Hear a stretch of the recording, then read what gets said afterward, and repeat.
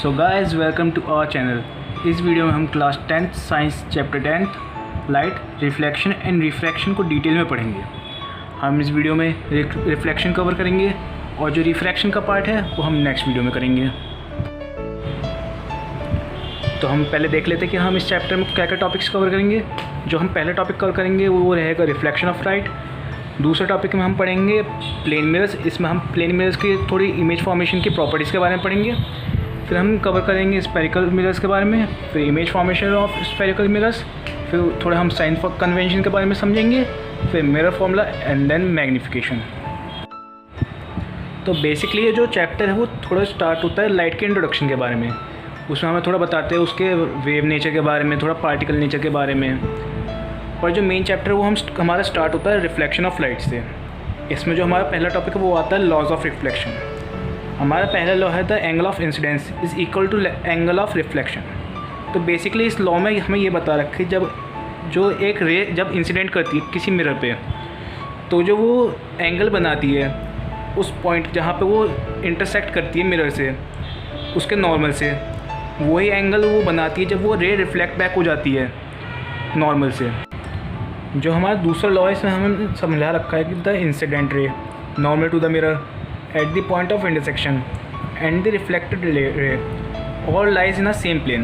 Basically क्या है इसमें कि जैसे अगर हम ये एक मिरर ड्रॉ करें, अगर कोई रे यहाँ पे इंसिडेंट हुई है और रिफ्लेक्ट बैक हो गई यहाँ से, ये नॉर्मल है। नॉर्मल बेसिकली क्या होता है किसी भी पॉइंट पे एक आप समझ सकते हैं अभी कि एक परपेंडिकुलर होता है। तो हमारा फर्स्ट लॉ तो था ही है कि ये दोनों एंगल्स सेम है।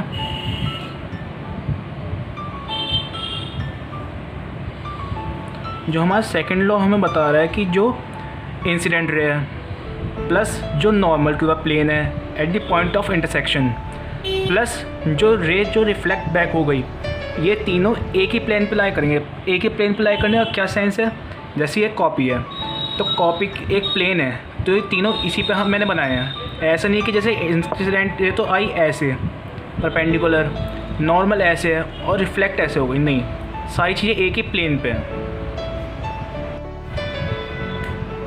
सो अब जो हमारा नेक्स्ट टॉपिक है वो है properties of image formed by plane mirror. तो जो प्लेन मिरर में इमेजेस बनती है उनकी क्या प्रॉपर्टीज़ रहती है। जैसे कि ये प्लेन मिरर है, अगर हम इसके आगे खड़े हो जाएंगे तो जैसे हम खड़े, जो हमारी इमेज बनेगी उसकी क्या प्रॉपर्टीज़ रहेगी, कैसी इमेज रहेगी वो। पहली प्रॉपर्टी, जो इमेज बनेगी प्लेन मिरर की वो वर्चुअल होगी। वर्चुअल का क्या मतलब, हम उसे किसी स्क्रीन पे ऑब्टेन नहीं कर सकते। ऐसे नहीं कि अगर हम यहाँ पे कोई स्क्रीन लगा दें तो हमें अपनी स्क्रीन पे हमारी इमेज दिखाई दे सकेगी। दूसरी प्रॉपर्टी है कि जो इमेज हमें मिलेगी वो इरेक्ट रहेगी। मतलब अगर हम सीधे खड़े हैं तो हमें जो इमेज मिलेगी वो भी हमें सीधी मिलेगी। ये नहीं कि हमारी जो इमेज होगी वो अपसाइड डाउन होगी या फिर कैसी और होगी। तीसरी प्रॉपर्टी है कि वो सेम इन साइज़ होगी। अगर हमारी जो हाइट है, मतलब जो हाइट ऑफ ऑब्जेक्ट है वही हाइट ऑफ इमेज रहेगी, ये नहीं कि थोड़ी छोटी बड़ी हो जाए। अगली प्रॉपर्टी है image distance is equal to object distance. इसमें मैं इमेज डिस्टेंस के लिए स्मॉल वी यूज़ करूँगा डिनोट करने के लिए, और जो ऑब्जेक्ट डिस्टेंस रहेगी उसको मैं यू से डिनोट करूँगा। बेसिकली क्या है, जैसे जो ये डिस्टेंस है इमेज डिस्टेंस वी और जो ये ऑब्जेक्ट डिस्टेंस है यू, ये दोनों सेम रहेगी। मतलब जितने हम आगे खड़े ना मिरर से, उतनी हमारी इमेज जो होगी वो मिरर से पीछे होगी। नेक्स्ट प्रॉपर्टी है कि जो इमेज होगी वो लेटरल इन्वर्टेड रहेगी। लेटरली इन्वर्टेड का क्या मतलब रहता है, जैसे जो हमारा लेफ़्ट शोल्डर है वो हमें जो मिरर में रहेगा, जैसे आप कई बार देखते हैं, जैसे अगर एम्बुलेंस का साइन देखते हैं, अगर जैसे एम्बुलेंस लिखा है,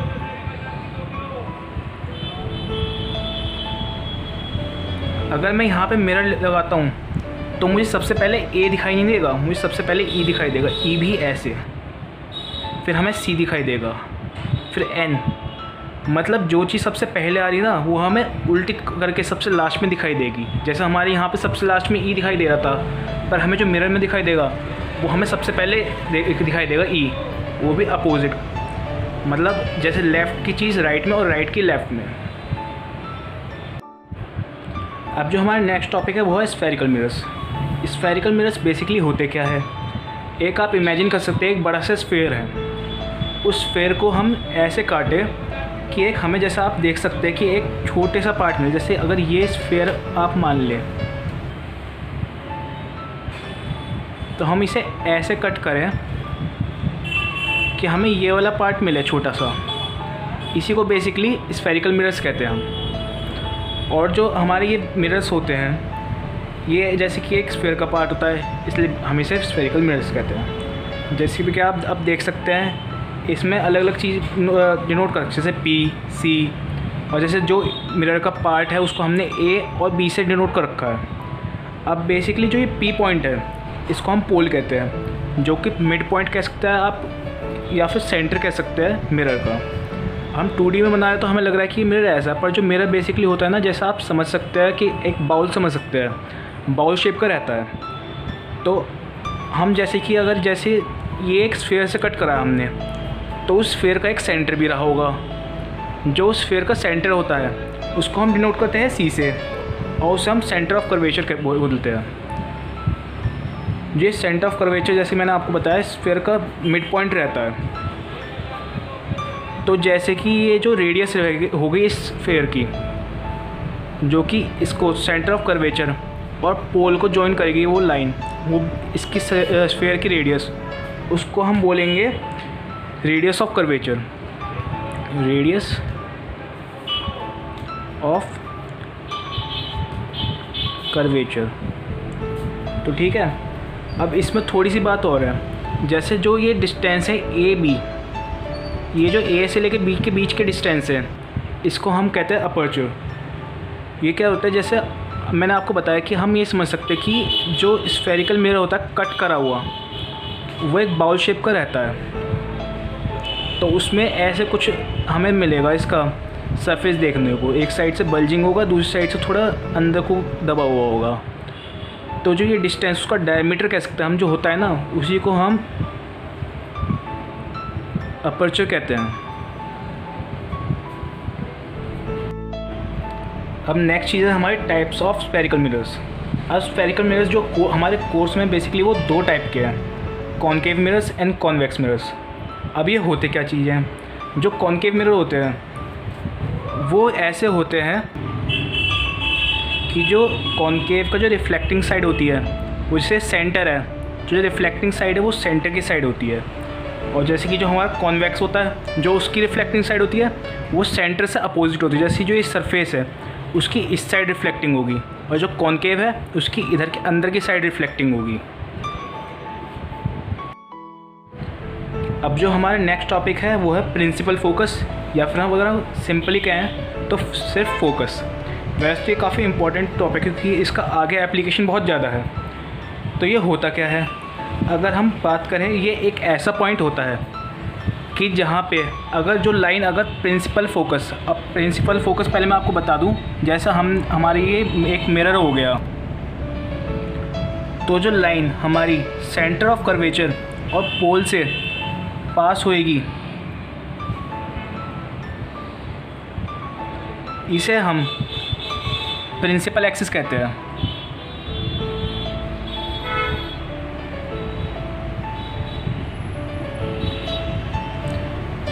तो अब हम अगर फोकस के बारे में कहें तो जो हमारी जो सारी लाइंस आती है इस प्रिंसिपल एक्सिस के पैरेलल, तो अगर हम कॉनकेव मिरर के रिस्पेक्ट में बात करें तो जब ये लाइन यहाँ से रिफ्लेक्ट होंगी तो एक यहाँ पे प्रिंसिपल एक्सिस पे एक ऐसा पॉइंट आएगा जहाँ पे ये रिफ्लेक्ट होने के बाद कन्वर्ज करेंगी। तो जो ये पॉइंट है जहाँ कन्वर्ज करती है उसे हम फोकस बोलते हैं। और अगर मैं आप कॉन्वेक्स मिरर्स के रिस्पेक्ट में बताऊँ कि फोकस क्या होता है, तो जैसे कि एक कॉन्वेक्स लेंस हो गया ये, या इधर कलर्ड पार्ट है, जैसे इधर रिफ्लेक्टिंग पार्ट है तो इधर हम कोटिंग कर देते हैं ताकि इधर से रिफ्लेक्ट ना हो, या फिर अगर जैसे मिरर है तो उससे मतलब डायरेक्ट पास ना हो रिफ्लेक्ट, इसलिए एक साइड हम कोटिंग रखते हैं। ये प्रिंसिपल एक्सिस हो गया, ये सेंटर ऑफ कर्वेचर हो गया, ये पोल।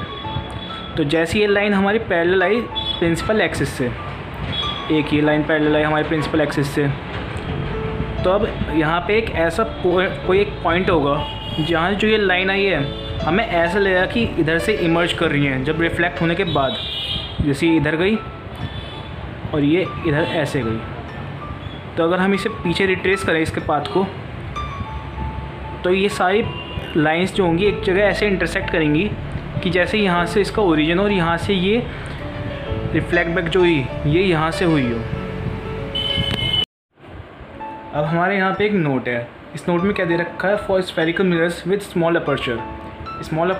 बेसिकली जो हमारी पूरी स्टडी है पूरे चैप्टर में वो उन्हीं मिरर्स के ऊपर है जिनका जो अपर्चर है वो छोटा है। तो इसमें यहाँ पे हमें दे रखा है कि जो आर है, आर मतलब radius of curvature is equals to twice of small f. Small f क्या है, फोकल लेंथ, मतलब फोकस से पोल तक की डिस्टेंस जो है।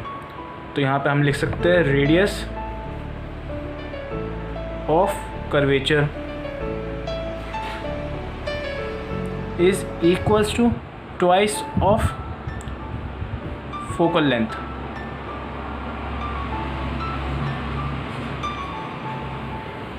अब जो आगे है यहाँ पे हमें दे रखा है representation of image using spherical mirrors. पहले तो हमें सबसे पहले ये बात समझनी है कि इमेज बनती कब है। इमेज तब बनती है जब क्या कहते हैं जो रेज है वो रिफ्लेक्ट करने के बाद जब जहाँ इंटरसेक्ट करती हैं वहाँ इमेज बनेगी। तो जो ये हमें दे रखा है ये वाला टॉपिक कि हमें आगे मदद करेगा इमेज फॉर्मेशंस में। तो हमें यहाँ पे दे रखा है पहला point, a ray parallel to the principal axis after reflection will pass through or appears to pass through focus। ये बड़ा बेसिक सा ही अभी हमने पढ़ा ही था कि जैसे ये मिरर है, ये एक रे आई यहाँ से स्ट्राइक करी मिरर पे और जो फिर अब जाएगी ये फोकस से पास होएगी। ये हमने पढ़ा ही था कि जो रे पैरेलल आती है वो फोकस से पास होकर जाती है। अब जो हमारा नेक्स्ट पॉइंट है वो पहले पॉइंट से ही थोड़ा रिलेटेड है कि जैसे जो रे अगर ऑब्लिकली आई कि और फोकस से पास हुई तो प्रिंसिपल एक्सिस से पैरेलल जाएगी। जैसे ये फोकस से पास होकर आई ये रे तो ये बैक जाएगी जो प्रिंसिपल एक्सिस है इसके पैरेलल। अब जो हमारा थर्ड पॉइंट है उसमें हमें दे रखा है कि जैसे कि एक मिरर है, ये प्रिंसिपल एक्सिस, ये फोकस हो गया और ये सेंटर ऑफ कर्वेचर हो गया। इसमें हमें दे रखा है कि कोई लाइन आई है ऐसे कि वो सेंटर ऑफ कर्वेचर से पास होती हुई जाके मिरर से टकराएगी तो वो अपना पाथ रिट्रेस करेगी। जैसे यहाँ से गई तो ये रिफ्लेक्ट होने के बाद ये अपने पाथ पे दोबारा वापस आ जाएगी। अब जो हमारा नेक्स्ट पॉइंट है वो उसमें ये है कि जैसे एक रे आई है ऑब्लिकली और यहाँ पे इंटरसेक्ट करी तो जो ये रिफ्लेक्ट बैक होगी जैसे ये एंगल आई हम बेसिकली कहेंगे एंगल ऑफ इंसिडेंस को। तो ये आई एंगल पे अगर इंसिडेंस हुई तो जो ये रिफ्लेक्ट बैक होएगी इसे हम आर से डिनोट कर देते हैं एंगल ऑफ रिफ्लेक्शन से। तो जो आई इक्वल्स टू आर रहेगा। अगर आपको याद आ रहा हो तो ये हमने पहला लॉ पढ़ा था लॉ ऑफ रिफ्लेक्शंस में, तो ये बेसिकली वही रिपीट हो गया। इसमें आप समझ सकते हैं कि जो ये प्रिंसिपल एक्सिस है या फिर जो प्रिंसिपल एक्सिस होता है वो स्फेरिकल मिरर्स के लिए नॉर्मल्स का काम करता है पोल के रेस्पेक्ट में। अब जो हमारा नेक्स्ट टॉपिक है वो है इमेज फॉर्मेशंस। इसमें हम पहले पढ़ेंगे image formed bye concave mirrors. तो हम बेसिकली इसमें क्या करेंगे कि कॉनकेव मिरर के आगे अलग अलग डिस्टेंस पर हम ऑब्जेक्ट्स रखेंगे और फिर देखेंगे कि जो इमेज बनती है वो कहाँ बनेगी और क्या क्या प्रॉपर्टीज़ होगी उस इमेज की, कैसी रहेगी वो इमेज। तो हमारा पहला जो है वो है ऑब्जेक्ट एट इन्फिनिटी। अगर हम इन्फिनिटी पे ऑब्जेक्ट रखते हैं, बेसिकली इन्फिनिटी क्या है, इन्फिनिटी हम ऐसी जगह सोचते हैं कि जो हमारे आई की ऑब्जर्वेशन से दूर है। जैसे इन्फिनिटी, अब जैसे मैथ्स में तो इन्फिनिटी की डेफिनेशन अलग है, पर हम फिज़िक्स में इन्फिनिटी उसे कहेंगे ऑप्टिक्स में कि जो हमारी जो देखने की दृष्टि से दूर है, जैसे कि अगर हम देखें, अगर हम बहुत दूर देखें, कुछ हमें पार्ट थोड़ा ब्लर से दिखने लगता है अब बहुत ज़्यादा दूर, तो हम उसे इन्फिनिटी कह सकते हैं। तो अगर हम कोई ऑब्जेक्ट इन्फिनिटी पे रखते हैं कॉनकेव मिरर के सामने, तो जो हम एज्यूम करते हैं जैसे कि जो उसकी तरफ से रेज आएंगी तो वो पैरेलल आएंगी। तो हम कैसे कह सकते हैं, अगर हम सन के सामने रखें अपना कॉनकेव मिरर, तो जो सन होगा ऑब्जेक्ट, वो उस मिरर के लिए ऑब्जेक्ट एट इन्फिनिटी की तरह काम करेगा। तो जो उसकी इमेज कहाँ बनेगी, उसकी इमेज जब वो सारी रेज है वो पैरेलल आ रही हैं प्रिंसिपल एक्सिस से, तो उसकी जो इमेज बनेगी वो फोकस पे बनेगी। और जैसे कि देख रहे हैं जो आपकी जो इमेज बन रही है वो फोकस पे तो है ही, पर जो उसका साइज़ है वो हाईली डैमिनिश्ड क्या, बहुत छोटा है, पॉइंट साइज़ कह सकते हैं आप उसे। और जो नेचर ऑफ इमेज है वो रियल भी है और इन्वर्टेड भी है। रियल का मतलब ये कि आप अगर उसे स्क्रीन पे प्रोजेक्ट करेंगे तो आप उसकी इमेज ले सकते हैं स्क्रीन पे, और इन्वर्टेड मतलब वो जो इमेज रहेगी वो आपको अपसाइड डाउन दिखाई देगी। अगर आप इसका एक्सपेरिमेंट करना भी चाहें तो आप इसको कर सकते हैं कि जैसे आप एक कॉनकेव मिरर ले लें और बहुत दूर उससे जाकर खड़े हो जाए, उसके सामने एक स्क्रीन लगा दें, तो जो आपको अपनी इमेज ऑब्टेन होगी वो अपसाइड डाउन होगी। अब जो हम अपनी ऑब्जेक्ट की नेक्स्ट पोजीशन रखेंगे वो रखेंगे बियॉन्ड सी मतलब सी से थोड़ा सा पीछे, पर इतना ही पीछे नहीं कि वो इन्फिनिटी पहुंच जाए। तो हम बेसिकली अब क्या कर रहे हैं, थोड़ा इन्फिनिटी से अब हम पोल की तरफ शिफ्ट करते जाएंगे अपनी जो ऑब्जेक्ट है उसको। तो जब ऑब्जेक्ट बियॉन्ड सी रखेंगे हम, तो जैसे कि आप देख सकते हैं एक लाइन तो चली गई पैरेलल, वो फोकस से फिर हो जाएगी, चली जाएगी। एक लाइन जो हमें रह गई है वो सेंटर ऑफ कर्वेचर से गई है। तो जो हमें इमेज मिली है वो मिली है हमें सेंटर ऑफ कर्वेचर और फोकस के बीच में। और जो ये साइज़ है इसका है तो डेमिनिश्ड, पर इतना भी नहीं जैसे पिछले में हमें पॉइंट साइज़ मिली थी। और जो नेचर है इमेज का वो रियल और इन्वर्टेड है, इसे भी हम स्क्रीन पर ऑब्टेन कर सकते हैं। और जैसे कि आप देख ही सकते हैं ये जो हमारी इमेज है वो इसके रिस्पेक्ट में उल्टी है ऑब्जेक्ट के रिस्पेक्ट में। अब जो नेक्स्ट पोजीशन है, इससे हमने अपनी ऑब्जेक्ट को थोड़ी और आगे शिफ्ट करा पोल की तरफ, तो अब वो आ गई सेंटर ऑफ कर्वेचर पे एट सी। तो अब जब एट सी आ गई तो आप जैसे देख सकते हैं कि एक लाइन तो पैरेलल गई एक्सिस के, वो फोकस से आ गई, दूसरी फोकस से गई तो पैरेलल आ गई। तो आप देख सकते हैं यहाँ पे मैंने जो इमेज फॉर्मेशन के लिए बेसिकली 2 रेज यूज़ करी है। आप करने के लिए ज़्यादा भी 3 भी या फिर ज़्यादा भी यूज़ कर सकते हैं, और जो हमारी इमेज 2 से आसानी से फॉर्म हो जाती है। तो जो ये इमेज फॉर्म हुई आप देख ही सकते हैं कि ये सेंटर ऑफ कर्वेचर पे ही आई है। और अगर आप देखेंगे तो बड़ी इंटरेस्टिंग बात है कि जो इसका साइज़ आया है वो बिल्कुल सेम है ऑब्जेक्ट से। अगर हम नेचर की बात करें तो ये भी रियल है, इसे हम स्क्रीन पर ऑब्टेन कर सकते हैं इसे इमेज को, और इन्वर्टेड है।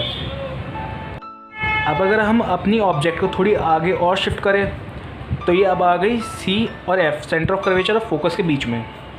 तो अब आप देखें कि एक लाइन तो हमने जैसे पैरेलल भेज दी, तो फोकस से आ गई वो लौट के, फिर एक फोकस से गई वो फिर पैरेलल आ गई एक्सिस के। तो अब आप देखें तो ये जो इमेज बनी है, जैसे आप एक चीज़ नोट कर सकते हैं, जैसे जैसे हमने अपनी ऑब्जेक्ट को पोल की तरफ खिसकाया है वैसे वैसे जो इमेज है वो हमारी फोकस से और दूर जानी शुरू हुई है। तो अब जैसा हम सी और एफ के बीच में ले आए अपनी ऑब्जेक्ट को, तो अब वो चली गई बियॉन्ड सी। इसमें जो साइज़ हमें ऑब्टेन होगा इमेज का वो थोड़ा बड़ा होगा, और जो नेचर है वो इसमें भी रियल है और इन्वर्टेड है। अब जैसे हमने अपनी ऑब्जेक्ट थोड़ी और फोकस की तरफ पोल की तरफ खिसकाई, और अब हमने उसे रख दिया फोकस पे। तो जब हमने फोकस पे रखा तो हम देख ही सकते हैं कि जो हमारी जो इमेज है वो इन्फिनिटी पहुंच गई। बेसिकली वही बात है, जैसे जैसे हमने इन्फिनिटी से हम फोकस तक लाए वैसी हमारी जो इमेज है वो फोकस से लेके इन्फिनिटी तक चली गई। तो इसमें आप देख ही सकते हो जो साइज़ ऑफ इमेज है वो हाईली एनलार्ज बनेगी। हाईली एनलार्ज क्यों बनती है? क्योंकि जो ये रिफ्लेक्टेड रेज है ना ये कभी मीट नहीं करती, तो इसमें जो हमें इमेज मिलती है ना वो थोड़ी ब्लर रहती है, बिल्कुल क्लियर नहीं मिल पाती, और उसका जो साइज़ होता है वो हाईली एनलार्ज रहता है। इसमें जो नेचर ऑफ इमेज है रियल रहती है, हम स्क्रीन पर ऑब्टेन कर सकते हैं, पर जैसे कि मैंने आपने बताया कि वो क्लियर नहीं रहती, थोड़ी ब्लर रहती है, और इन्वर्टेड तो आप देख ही सकते हो। अब जो हमारा नेक्स्ट केस है ये बड़ा इंटरेस्टिंग है और स्पेशल केस भी है। स्पेशल केस है, अब जैसे जैसे हमने अपनी ऑब्जेक्ट पोल की तरफ और खिसकाई तो अब वो पहुंच गई फोकस और पोल के बीच में। अब जब ऑब्जेक्ट हम यहाँ रखेंगे तो जैसा आप देख सकते हो ये जो रेज़ है वो रिफ्लेक्ट बैक जब हुई तो हमें कोई ऐसा कि मिरर के सामने ऐसा कोई पॉइंट नहीं मिल रहा जहाँ वो इंटरसेक्ट कर सके, पर जो हमें मिल रहा है वो ऐसा पॉइंट पीछे मिल रहा है मिरर के कि जहाँ वो इंटरसेक्ट कर रही हैं। तो इसमें जो हमारी इमेज बनी वो मिरर के पीछे बनी, हम एज्यूम करते कि वो मिरर के पीछे बन गई, और जो बनी उसका साइज़ जो है वो एनलार्ज होगा जो हमारी ऑब्जेक्ट है उसके रिस्पेक्ट में। अगर हम इसके नेचर की बात करें तो जैसे कि हमने एज्यूम करा है कि वो पीछे पड़ी, और मैंने आपको जैसे कि बताया था कि जो वर्चुअल इमेजेस होती हैं वो ऐसी इमेज होती है जो हम स्क्रीन पर ऑब्टेन नहीं कर सकते, तो इसको हम स्क्रीन पर ऑब्टेन नहीं कर सकते तो इसका नेचर वर्चुअल रहेगा। और जैसे कि आप देख सकते हैं ये इरेक्ट मतलब सीधी बनी है। अब जैसे कि हमने कॉनकेव मिरर्स की बात कर ली तो अब हमारे आते हैं कॉन्वेक्स मिरर्स। हमारे जैसे कॉनकेव मिरर्स में तो हमारे 6 कंडीशंस बनी थी, पर हमारे जो कॉन्वेक्स मिरर्स है इसमें कंडीशंस थोड़ी कम है, थोड़ी के काफ़ी कम है, 2 ही कंडीशंस है बस। इसमें पहली कंडीशन तो है कि ऑब्जेक्ट एट इन्फिनिटी, कि हमारी जब ऑब्जेक्ट इन्फिनिटी है तो जैसे कि मैंने आपको बताया था कि अगर इन्फिनिटी तो हम ऐसे एज्यूम करते जो रेज आती है वो पैरेलल आती है प्रिंसिपल एक्सिस के। तो जब ये प्रिंसिपल एक्सिस के पैरेलल आई तो जो ये डाइवर्ज करेंगे हमें पता है ये फोकस से क्या, ऐसा हमें लगेगा कि फोकस से इमर्ज कर रही है।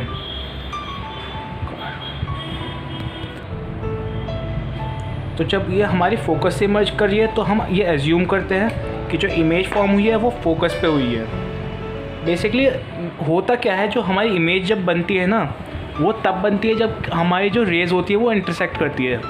पर जैसे ये कंडीशन हो गई और एक से पहले वाली जो कंडीशन थी उसमें जैसे हमारी जो रेज़ है वो इंटरसेक्ट नहीं करती, तो हम इस केस में हमें एज्यूम करना पड़ता है कि जहाँ पे हम अगर रिट्रेस करें पाथ को, अगर वहाँ इंटरसेक्ट हो जाती है तो हम सोच लेते हैं कि वहाँ पे हमारी इमेज बन गई। तो जैसे कि ये रेज़, अब इसमें position of object infinity, position of image at F, और जो साइज़ होगा इमेज का वो पॉइंट साइज़ रहता है इसमें। और जो नेचर ऑफ इमेज है जैसे कि हमने एज्यूम करा तो ये वर्चुअल रहेगा और इरेक्ट रहेगा जो इसमें रहेगा। अब इसमें हमारा जो नेक्स्ट कंडीशन है वो है object between infinity and P. अब इसमें हमारी इतनी सारी, क्योंकि इसमें आप देख ही सकते हैं कि जो सेंटर है ऑफ कर्वेचर है या फोकस है, ये सब चीज़ें जो मिरर है उसके पीछे है।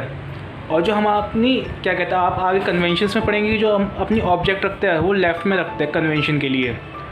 तो इसमें अब हम इतनी सारी चीज़ें नहीं कर सकते कि एट एफ या क्या कहते हैं या एट सी या बिटवीन देम।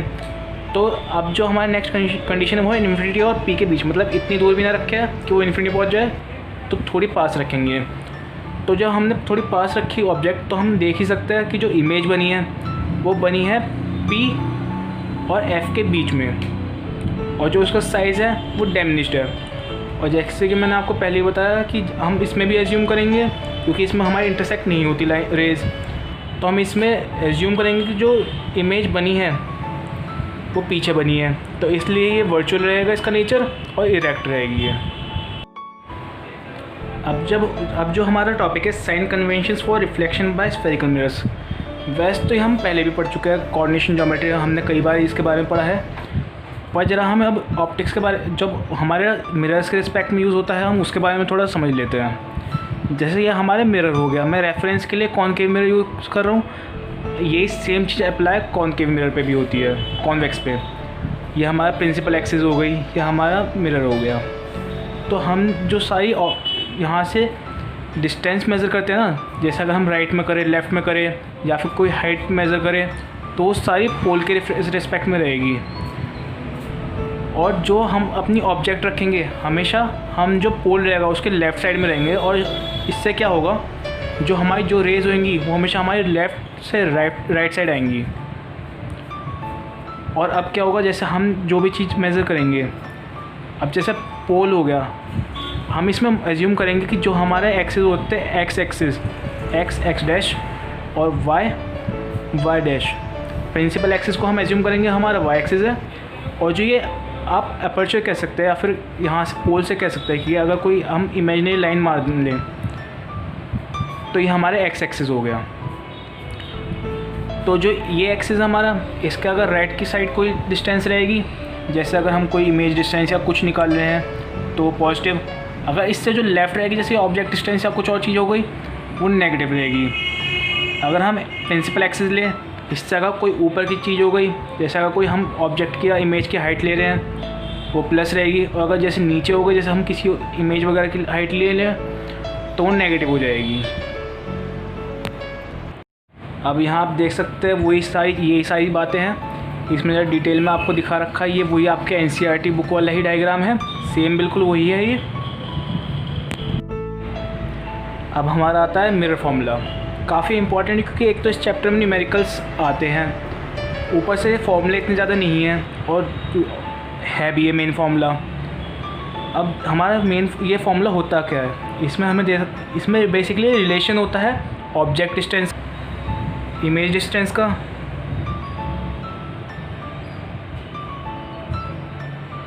जिसको हम v से डिनोट करते हैं, और फोकल लेंथ का,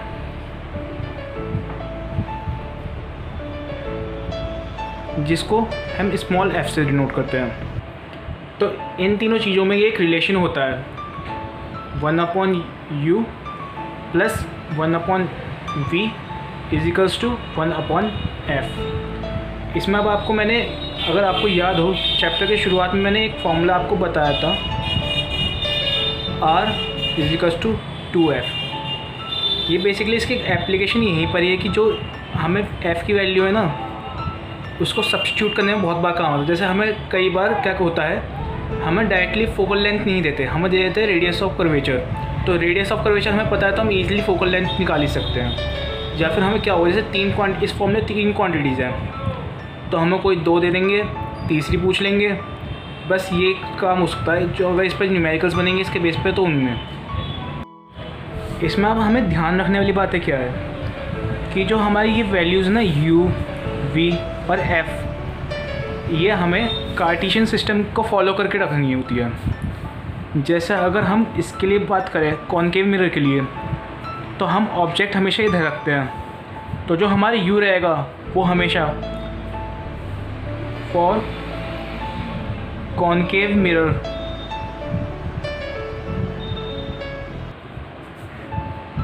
u नेगेटिव ऑलवेज।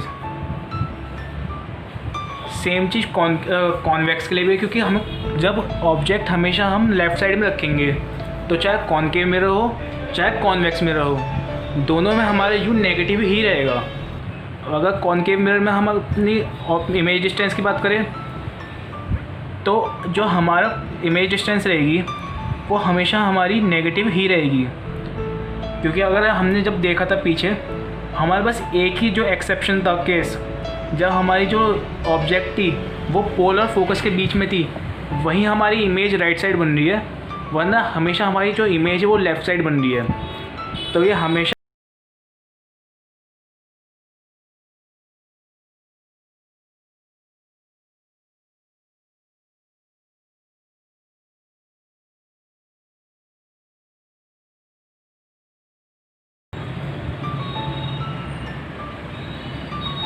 तो ये एक्सेप्शनल केस है एक P&F वाला, जिसमें हमारी पॉजिटिव हो जाएगी।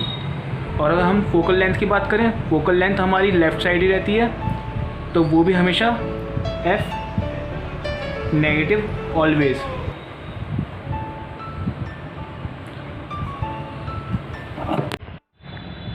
अब हम बात करते हैं for concave mirrors, sorry convex mirror.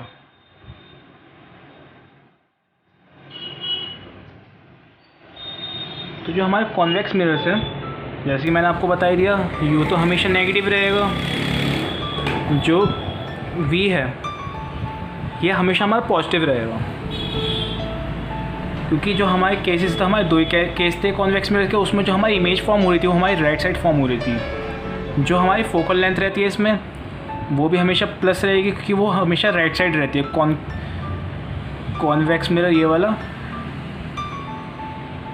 हमारी फोकस भी इधर, सेंटर ऑफ कर्वेचर भी इधर, जो हमारी इमेज बनेगी वो भी इधर बनेगी, या तो इधर बनेगी या फोकस पे बनेगी, और जो हमारी ऑब्जेक्ट वो हमारी लेफ़्ट साइड। अब जो ये सारी चीज़ें हैं हम ये सब क्यों पढ़ रहे हैं, क्योंकि जो हमारा फॉर्मूला होता है 1/u + 1/v = 1/f, या हमारे इसके न्यूमेरिकल्स कई बार गलत हो जाते हैं इन्हीं चीज़ों की वजह से।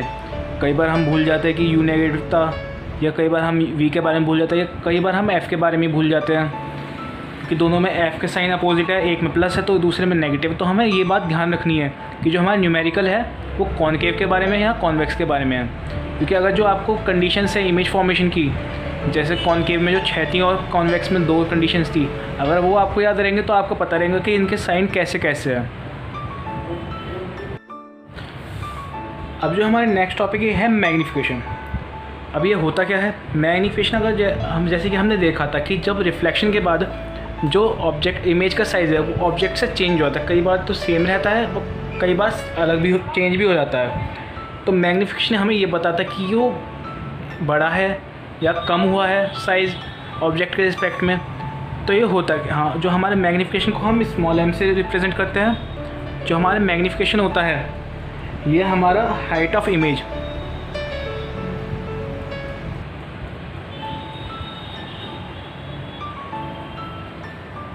और हाइट ऑफ ऑब्जेक्ट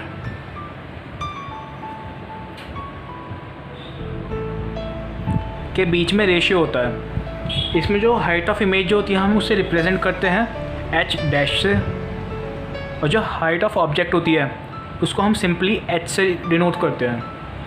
अब इसमें होता क्या है, जैसे हमारी जो हाइट ऑफ ऑब्जेक्ट है अगर उसकी रिस्पेक्ट में जो इमेज की हाइट है वो डबल हो जाती है, तो जो हमारा मैग्नीफिकेशन आता है 2।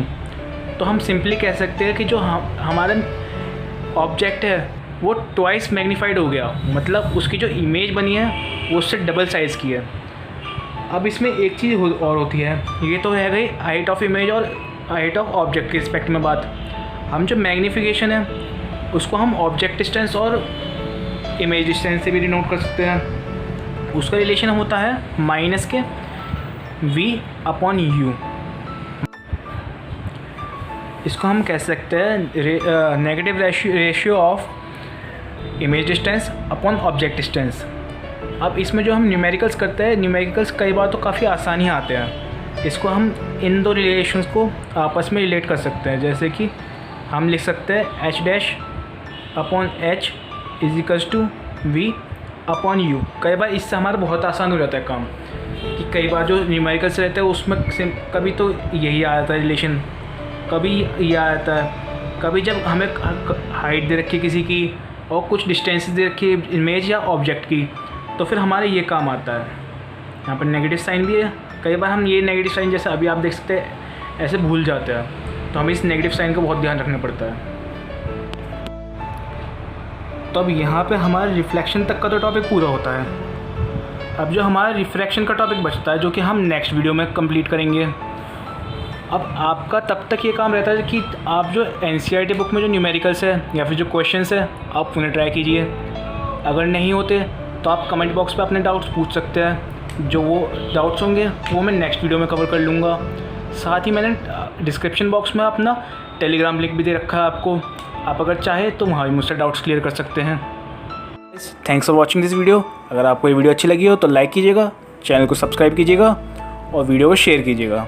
जल्दी आपको केमिस्ट्री और मैथ्स की वीडियोज़ मिल जाएंगी। So till then stay tuned, keep watching.